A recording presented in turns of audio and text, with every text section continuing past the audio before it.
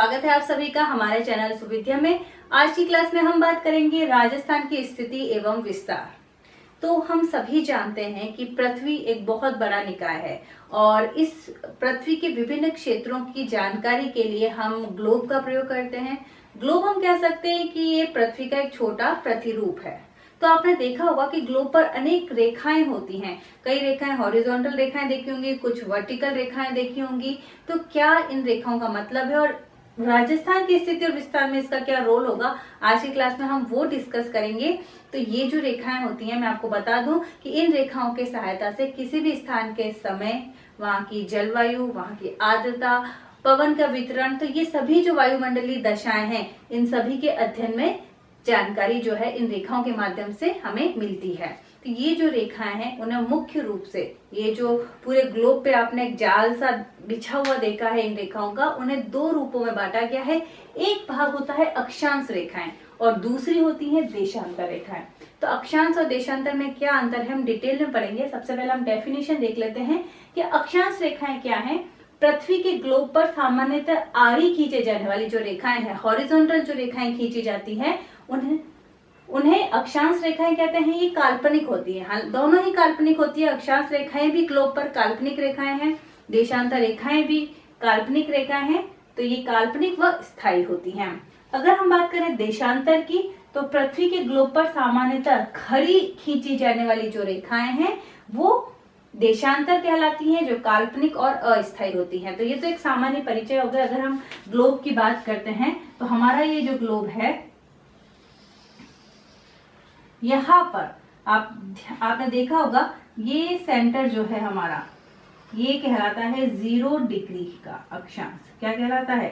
अक्षांश। हमने अभी बात की, ये हमारा है 0 डिग्री अक्षांश, या इसे भूमध्य रेखा कहते हैं, या इसे विषुवत रेखा कहते हैं, इक्वेटर इसे हम कहते हैं। ये क्या है? इक्वेटर।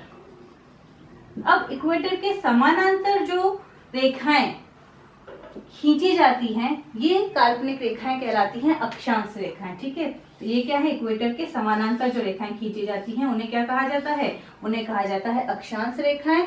और ऐसी रेखाएं जो कि लंबवत खींची जाएंगी भूमध्य रेखा के, वो क्या कहलाएंगी? ये देशांतर रेखाएं कहलाएंगी। तो इन रेखाओं को क्या कहेंगे? देशांतर रेखाएं, जो कि भूमध्य रेखा के क्या होती हैं? लंबवत होती हैं। अब डिटेल में हम इनके बारे में स्टडी करने से पहले मैं आपको बता दूं कि भारत और हमारा राजस्थान दोनों ही, ठीक है, भारत में ही राजस्थान है। तो ये गोलार्ध की, अगर हम जैसे कि हमने बात की इक्वेटर की, भूमध्य रेखा, तो भूमध्य रेखा पृथ्वी के अनेक हिस्सों को दो गोलार्धों में बांटती है, उत्तरी गोलार्ध तथा दक्षिणी गोलार्ध। तो हमारा जो भारत है वो किस गोलार्ध में आता है? वो आता है उत्तरी गोलार्ध में। हमारा भारत कौन सा गोलार्ध में आता है? उत्तरी गोलार्ध में। क्यों? क्योंकि जो भूमध्य रेखा है वो पृथ्वी को दो गोलार्धों में, उत्तरी और दक्षिणी में बांटती है। इसी प्रकार जो देशांतर रेखा है, ये जो देशांतर रेखा है ये भी पृथ्वी को दो भागों में बांटती है, पूर्वी गोलार्ध तथा पश्चिमी गोलार्ध। तो ये जो हमारी पृथ्वी है उसमें हमारा भारत और राजस्थान देशांतरों के आधार पर पूर्वी देशांतर, और अगर हम बात करें अक्षांश के आधार पर तो उत्तरी अक्षांश में आता है।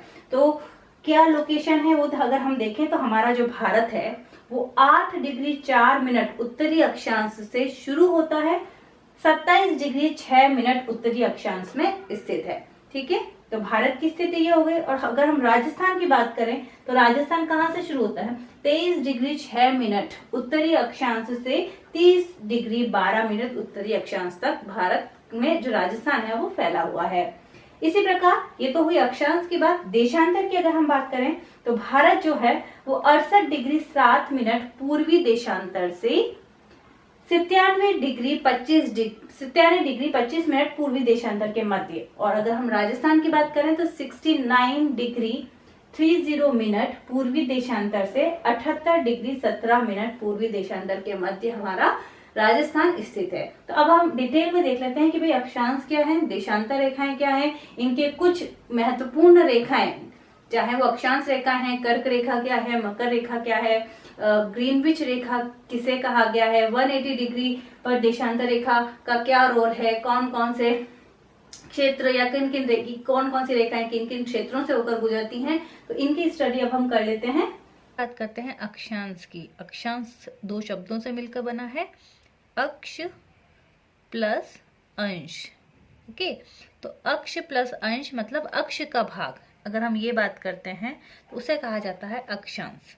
अब अगर हम डेफिनेशन देखें तो पृथ्वी के केंद्र से, पृथ्वी का केंद्र यानी एकदम जो हम विषुवत रेखा या भूमध्य रेखा जिसकी बात करते हैं, अगर हम उसको आधार मानकर इसके समानांतर रेखा खींचे जो पूर्व से पश्चिम की ओर हो, ठीक है ना। अगर हम किसको आधार माने, विषुवत रेखा को आधार माने, और ऐसी उसके समानांतर रेखा खींचे जो पूर्व से पश्चिम की ओर हो, काल्पनिक रेखा हो और उत्तर से दक्षिण कोणीय दूरी जो दर्शाए, उसी को क्या कहा जाता है, अक्षांश कहा जाता है। तो अगर हम बात करते हैं अक्षांश, अगर हम बात करेंगे तो सबसे पहले यहाँ पर बात हुई है विषुवत रेखा की, जिसे भूमध्य रेखा भी कहा जाता है। तो ये जो सेंटर में है वो हमारी क्या हो जाएगी, विषुवत रेखा, ठीक है। तो ये क्या है, हम विषुवत रेखा 0 डिग्री पर, क्या है ये, 0 डिग्री पर विषुवत रेखा है। ये हमारी क्या कहेंगे इसे, अक्षांश, 0 डिग्री अक्षांश, ठीक है ना। क्या हो जाएगा ये, 0 डिग्री अक्षांश या फिर भूमध्य रेखा इसे कहेंगे। ये सबसे इंपॉर्टेंट बात, ठीक है। इंग्लिश में क्या कहा जाता है इसे, इक्वेटर। क्या कहा जाता है, यह है इक्वेटर, इक्वेटर कहेंगे हम। अब इसके समानांतर जो भी रेखा खींची जाएगी, काल्पनिक रेखा जो खींची जाएगी, उसी को क्या कहा जाता है, अक्षांश रेखाएं कहा जाता है। अब यहाँ पर कुछ रेखाएं हैं, कुछ महत्वपूर्ण रेखाएं हैं जिनके बारे में हमें जानकारी होनी चाहिए। तो जैसे कि हम बात कर लें, यहाँ पर जो इसके बाद ये जो रेखाएं खींची जाती हैं उन्हीं को क्या कहा जाता है, अक्षांश रेखाएं कहा जाता है। तो इनमें से कुछ जो अक्षांश रेखाएं हैं वो बहुत ही महत्वपूर्ण हैं, उनके बारे में भी हम चर्चा कर लेंगे। तो अगर हम बात करते हैं, जैसे कि हमने एक सिंपल सा मतलब जस्ट समझने के लिए, हम पूरी जो पृथ्वी है अक्षांशों और देशांतरों के जाल से मिलकर बनी हुई है, और ये सभी रेखाएं काल्पनिक रेखाएं हैं। तो अगर हम बात करते हैं इन रेखाओं की, तो अगर हम इन अक्षांश रेखाओं की बात करते हैं, ये जो प्रकार की समानांतर जा रही हैं भूमध्य रेखा से, ये जो रेखाएं हैं वो पृथ्वी पर कितनी है, 179 अक्षांश रेखाएं हैं। बहुत ही महत्वपूर्ण बात है कि पृथ्वी पर कुल कितनी अक्षांश रेखाएं हैं, पृथ्वी पर कुल 179 अक्षांश रेखाएं हैं। टोटल अक्षांश वृत्त कितने हैं, पृथ्वी पर 179 अक्षांश वृत्त हैं। भूमध्य रेखा जो है भाई, ये सब जो सेंटर वाली जो है ये सबसे बड़ा वृत्त बनाएगी। तो इक्वेटर जो है वो सबसे बड़ा अक्षांश वृत्त बनाता है, भूमध्य रेखा सबसे बड़ा अक्षांश वृत्त बनाती है। और जैसे जैसे हम भूमध्य रेखा से ध्रुवों की ओर जाएंगे, जैसे जैसे हम क्या करेंगे, ऊपर की ओर जाएंगे, ध्रुवों की तरफ जाएंगे, ये इक्वेटर है हमारा, और जैसे जैसे हम ध्रुवों की तरफ जा रहे हैं तो ये जो लाइनें हैं या जो अक्षांश रेखाएं हैं, ये वृत्त जो है वो छोटा होता जाएगा। देखिए यहाँ पर अक्षांश वृत्त बड़ा होगा, लेकिन यहाँ के जो अक्षांश वृत्त होंगे, अगर 3D स्ट्रक्चर नहीं है हमारे पास, तो ये क्या हो जाएगा, जैसे जैसे हम इक्वेटर से ध्रुवों की तरफ जाते हैं, अक्षांश वृत्त जो है वो छोटा होता जाएगा। तो बहुत ही महत्वपूर्ण बात है। और ये जो होता है हमारा, ये ऊपर का बिंदु और ये जो नीचे का बिंदु है, ये क्या हो जाएंगे, क्रमशः उत्तरी ध्रुव और दक्षिणी ध्रुव होते हैं। और ये बिंदुवत होते हैं, ये किसी प्रकार की रेखा ना होकर ये बिंदुवत होते हैं, इनको रेखाओं में नहीं माना जाता है। तो ये क्या हो जाएगा, हमारा उत्तरी ध्रुव, और नीचे हमारा क्या हो जाएगा, दक्षिणी ध्रुव। इंपॉर्टेंट बात है, उत्तरी ध्रुव और दक्षिणी ध्रुव पता होना चाहिए। और कुल कितनी अक्षांश रेखाएं हैं, 179 अक्षांश रेखाएं हैं, अक्षांश वृत्त भी 179 है। भूमध्य रेखा सबसे बड़ा अक्षांश वृत्त है, ठीक है। ये जो हमारी ये है अक्षांश वृत्त सबसे बड़ा ये हो जाएगा। और अगर हम बात करें कि दो अक्षांश, ठीक है, अब ये तो हो गया 0 डिग्री, फिर 1 डिग्री, 2 डिग्री, यहाँ पे मैंने 23.5 डिग्री की बात की है। तो ये जो हर एक डिग्री बढ़ता है, ठीक है, चाहे वो ऊपर की ओर जाएंगे तो ये उत्तर हो जाएगा और नीचे की तरफ आने पर दक्षिणी हो जाएगा। तो हर एक डिग्री अक्षांश के बीच की दूरी कितनी होती है, वो दूरी होती है 111 किलोमीटर। आई बात समझ में, 0 डिग्री से उत्तर की ओर अगर हम 1 डिग्री जाते हैं या दक्षिण की ओर 1 डिग्री जाते हैं तो दूरी कितनी हो जाएगी 111 किलोमीटर। लेकिन इंपॉर्टेंट बात ये भी याद रखनी है कि जो अक्षांशों की जो दूरी होती है वो उसमें भी थोड़े से परिवर्तन होते हैं। दो अक्षांशों के बीच जनरली दूरी कितनी मानी जाती है 111 किलोमीटर, लेकिन भूमध्य रेखा अगर है यहाँ पर 0 डिग्री, 2 डिग्रियों के बीच, दो अक्षांशों के बीच की दूरी कितनी होगी 110.6 किलोमीटर। बहुत इंपॉर्टेंट बात है। और ध्रुवों के पास ये कितनी हो जाएगी 117.7। यानी यहाँ पर अगर इससे ऊपर वाले अगर हम बात करते हैं डिग्री की बात करेंगे तो दो के बीच की जो दूरी होगी 2 डिग्रियों की तो वो कितनी हो जाएगी, यहाँ पर होगी वो 110.6 किलोमीटर। लेकिन यही बात अगर हम ध्रुवों के समीप करेंगे तो दो अक्षांशों के बीच की दूरी है वो कितनी हो जाएगी 111.7। और जनरली कितनी मानी जाती है दो अक्षांशों के बीच की दूरी 111। उत्तरी ध्रुव और दक्षिणी ध्रुव को बिंदुवत माना जाता है। तो ये कुछ महत्वपूर्ण बातें अक्षांश के बारे में हो गई। इसी के साथ अगर हम देखते हैं तो अक्षांशीय आधार पर राजस्थान कौन से गोलार्ध में आ जाएगा, राजस्थान जो है हमारा उत्तरी गोलार्ध में आ जाएगा। और दो अक्षांशों के बीच का जो क्षेत्र होता है उसे क्या कहा जाता है, उसे कटिबंध कहा जाता है। अब अगर हम बात करते हैं यहाँ पर कुछ जो अक्षांश हैं बहुत ही इंपॉर्टेंस रखते हैं। अब ये अक्षांश कौन कौन से हैं, जैसे कि ये तो हमने बात कर ली, ये विषुवत रेखा थी हमारी। विषुवत रेखा से उत्तर में 23.5 डिग्री पर कितना 23.1/2 उत्तरी अक्षांश की जो ये रेखा है इसे कहा जाता है कर्क रेखा। इसे क्या कहा जाता है, कहा जाता है इसे कर्क रेखा उत्तर की ओर। और इसके ऊपर 66.5 डिग्री, ठीक है, 66.5 डिग्री ये जो उत्तरी अक्षांश है इसे क्या कहा जाएगा, इसे कहा जाएगा हमारा आर्कटिक व्रत। क्या कहा जाएगा, आर्कटिक व्रत या उत्तर ध्रुव व्रत।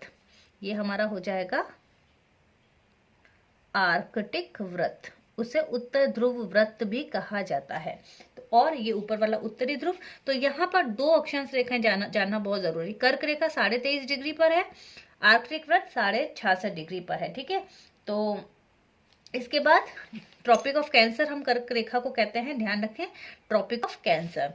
अब इसी प्रकार अगर हम दक्षिण की तरफ जाते हैं तो दक्षिण की तरफ भी 23.5 डिग्री दक्षिणी गोलार्ध की, दक्षिण की अगर हम बात कर रहे हैं तो इसे क्या कहा जाएगा, इसे कहा जाएगा मकर रेखा।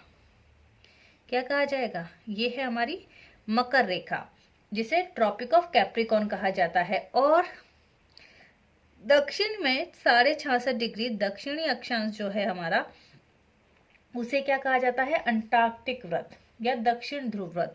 ये क्या हो जाएगा हमारा अंटार्कटिक व्रत। तो कुछ अक्षांश जो है वो बहुत जरूरी है। और अक्षांशीय आधार पर राजस्थान कौन से गोलार्ध में आ जाएगा, भाई ये जो हमारा इक्वेटर है, इक्वेटर के ऊपर वाला जितना भी पोर्शन है वो उत्तरी गोलार्ध कहलाएगा। इसे हम क्या कहेंगे, उत्तरी गोलार्ध। और इक्वेटर के नीचे वाला जो पोर्शन है उसे क्या कहेंगे हम, दक्षिणी गोलार्ध। ये हमारा क्या हो जाएगा, दक्षिणी गोलार्ध हो जाएगा, ये उत्तरी गोलार्ध हो जाएगा। तो यहाँ पर हमने कुछ मुख्य अक्षांश रेखाएं देखी। अब इससे रिलेटेड भी कई बार क्वेश्चंस आ जाते हैं। अगर हम राजस्थान के संदर्भ में बात करें तो ऐसी कौन सी अक्षांश रेखा है जो राजस्थान से होकर गुजरती है। तो अब हम जानते हैं कि हमारा जो भारत है वो कहाँ आता है, वो उत्तरी गोलार्ध के क्षेत्र में आता है। और उसमें भी जो हमारा राजस्थान है तो कौन सी अक्षांश रेखा राजस्थान से गुजरती है, तो कर्क रेखा। इंपॉर्टेंट बात है, कर्क रेखा है वो राजस्थान से होकर गुजरती है। अब एक और इम्पॉर्टेंट बात है कि जो दो अक्षांश होते हैं उनके बीच के क्षेत्र को कटिबंध कहते हैं। जैसे कि अगर हम बात करते हैं जैसे कि ये पूरा जो क्षेत्र हो जाएगा, जो बीच का जो क्षेत्र हो जाता है, दो अक्षांशों के बीच का जो क्षेत्र होता है उसे कटिबंध कहते हैं। और कटिबंध का जो निर्धारण है वो हम कह सकते हैं कि अक्षांश के आधार पर ही होता है। तो ये जो पूरा क्षेत्र है इक्वेटर से ऊपर 23.5 और इक्वेटर से 23.5 डिग्री नीचे, इस पूरे क्षेत्र को कहा जाता है उष्ण कटिबंध। ठीक है, तो ये पूरा एक कटिबंध है, इसे क्या कहा जाता है? उष्ण कटिबंध क्षेत्र। तो बात कर लेते हैं हम सबसे पहले उष्ण कटिबंधीय क्षेत्र। तो ये जो पूरा क्षेत्र होगा, इस क्षेत्र को कहा जाएगा उष्ण कटिबंधीय क्षेत्र।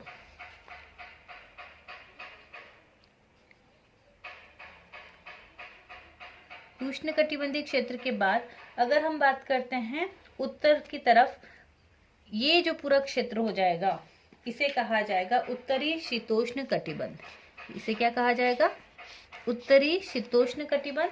और जो नीचे वाला पोर्शन है उसे कहा जाएगा दक्षिणी शीतोष्ण कटिबंध। तो ये है उत्तरी शीतोष्ण कटिबंध और नीचे हो जाएगा दक्षिणी शीतोष्ण कटिबंध। इंपॉर्टेंट बात थी। और ये ऊपर का जो है ये पूरा ये है उत्तरी शीत कटिबंध और नीचे हो जाएगा दक्षिणी शीत कटिबंध। तो हमारा ये वाला जो पोर्शन है उसे क्या कहा जाएगा? उत्तरी शीत कटिबंध और ये भाग हो जाएगा हमारा दक्षिणी शीत कटिबंध। तो मुझे उम्मीद है यहाँ तक आपको कोई दिक्कत नहीं होगी। राजस्थान के संदर्भ में अगर पूछा जाए तो कर्क रेखा राजस्थान से गुजरती है। अब राजस्थान के भी कौन से क्षेत्र से गुजरती है? तो राजस्थान के कौन से क्षेत्र से कर्क रेखा गुजरती है? कर्क रेखा की अगर हम बात करें तो कर्क रेखा राजस्थान के 2 जिलों से गुजरती है। एक है हमारा डूंगरपुर और दूसरा हमारा हो जाएगा बांसवाड़ा। ध्यान रखें, डूंगरपुर और बांसवाड़ा से कर्क रेखा गुजरती है। अब डूंगरपुर जो है कर्क रेखा दक्षिण किस जिले के दक्षिण से गुजरती है? अगर इस प्रकार का क्वेश्चन आ जाए तो दक्षिण से किसके गुजरती है? डूंगरपुर के दक्षिण से कर्क रेखा गुजरती है। बांसवाड़ा के मध्य से कर्क रेखा गुजरती है। राजस्थान में वैसे तो हमें पता है कि ये कर्क रेखाएं जो हैं ये काल्पनिक रेखाएं हैं, लेकिन फिर भी राजस्थान में कर्क रेखा की कुल लंबाई कितनी मानी गई है? 26 किलोमीटर। ठीक है, तो कर्क रेखा की जो लंबाई है वो कितनी है? कर्क रेखा की लंबाई कितनी मानी गई है? 26 किलोमीटर मानी गई है। और अगर ऐसा पूछ लिया जाए कि ऐसा कौन सा गांव है, ठीक है, क्या पूछ लिया जाए? ऐसा कौन सा गांव है जहां से कर्क रेखा गुजरती है? ठीक है, गांव कौन सा रेखा, या फिर हम कह सकते हैं कि कौन सा गांव ही कर्क रेखा पर स्थित है? तो एक गांव है जिसका नाम है छींच गांव। क्या नाम है? छींच गांव। और ये है बांसवाड़ा में स्थित। अगर आपसे पूछ लिया जाए ऐसी कौन सी तहसील है जो कर्क रेखा के दक्षिण में है, ठीक है, तहसील के बारे में पूछ लिया जाए जो कर्क रेखा के दक्षिण में है, तो वो हो जाएगी कुशलगढ़। कौन सी हो जाएगी? कुशलगढ़, जो कि बांसवाड़ा में है। कुशलगढ़ बांसवाड़ा में स्थित है। तो ये तो कुछ महत्वपूर्ण बातें हो गई हमारी अक्षांश से संबंधित। अब हम बात कर लेते हैं देशांतर की। तो देशांतर की अगर हम बात करते हैं तो देशांतर भी क्या है? ये भी काल्पनिक रेखाएं हैं। ये पूर्व से पश्चिम की कोणात्मक दूरी को दर्शाती हैं और ये हमारी जो भूमध्य रेखा जो हमने बनाई थी उसके क्या होती हैं? लंबवत होती हैं। तो भूमध्य रेखा के लंबवत हमने बात की थी अक्षांश रेखाओं के, जो कि भूमध्य रेखा के समानांतर थी। लेकिन जब हम बात करेंगे देशांतरों की, तो देशांतर क्या हो जाएंगे? देशांतर हैं जो कि लंबवत होते हैं भूमध्य रेखा के। तो देशांतर की अगर हम बात करते हैं तो ये जो देशांतर है, देखिए ये हमारा बिल्कुल सेंटर जो होगा,